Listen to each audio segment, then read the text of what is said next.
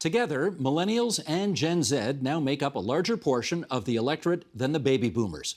That means they could well swing the election if they got out to vote. Will they? Aaron Myran is executive director of the nonprofit group Future Majority, and he joins us now from Ontario's capital city in Little Italy on what the younger demographic is looking for. Aaron, nice to have you on the program. How are you doing? Doing great. Thanks for having me. Not at all. Just let's start by telling us a bit about your organization. What's Future Majority? Sure.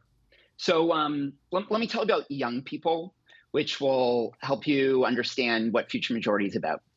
So if you think about, I'm a millennial, and if you think about my experience and the young person's experience, there's two things that I think really matter. One is many of us, myself included, graduated into the economic collapse.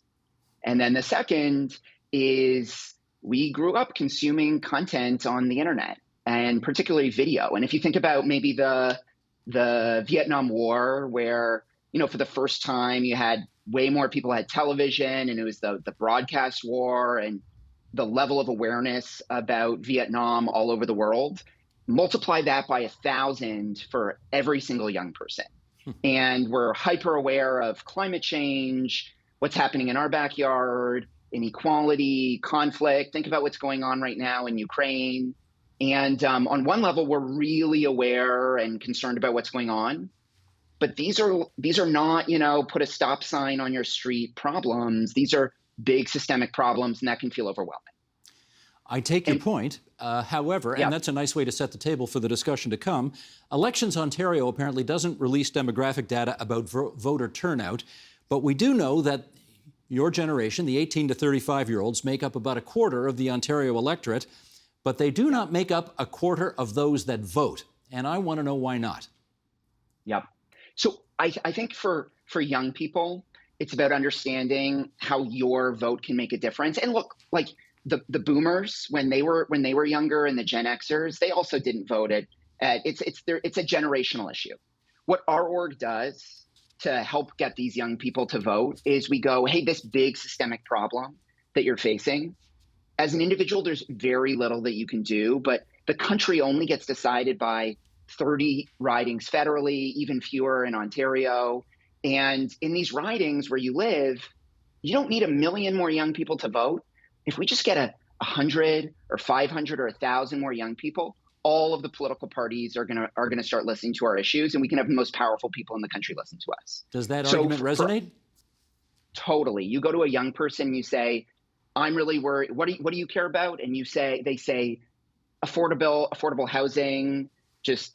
They won't, we don't say inflation. We say it's really expensive to go to a restaurant, or gas is expensive. But inflation and these different problems, climate change is huge. And you go, hey, I care about that too.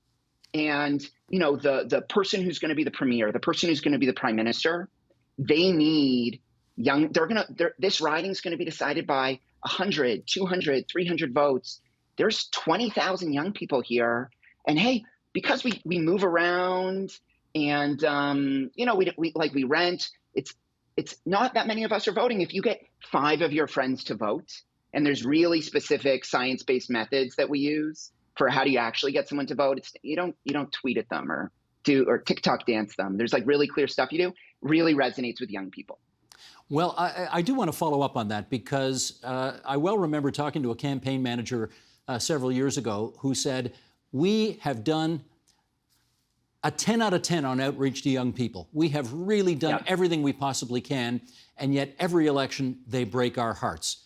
I think the only election where young people really came out to vote in any kind of numbers commensurate with their portion of the electorate rather, was in 2015, and that's because the Prime Minister legalized marijuana. Otherwise, you guys don't show up. So your argument sounds persuasive, but people still aren't coming out to vote. Why not?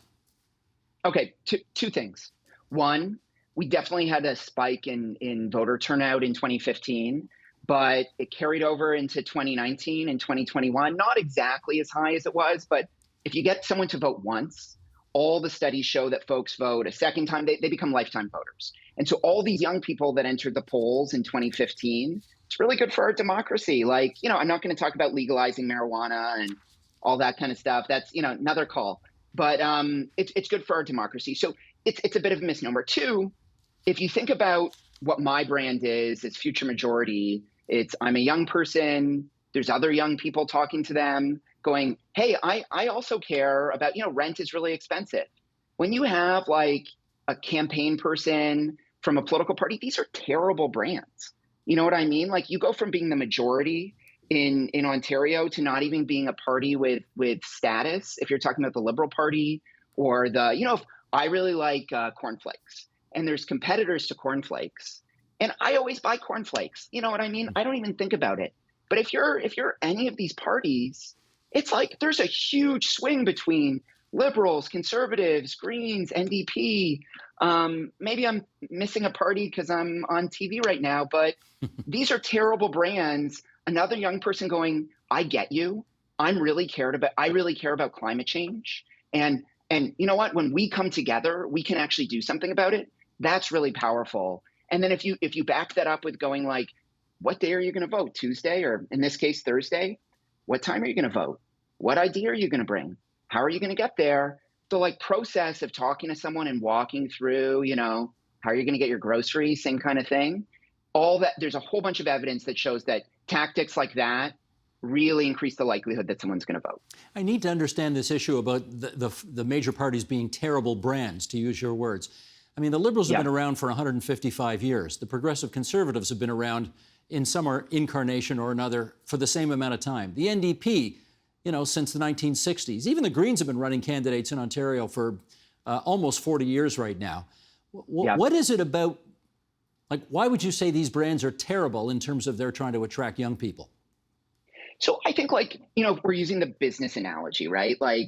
These businesses have stayed around for a long period of time, but they haven't been able to go hey, I really understand what someone cares about. And I think there's a whole bunch of structural issues with, tax receipts and incumbency of parties that make it difficult for, other parties or who gets picked as these party leaders.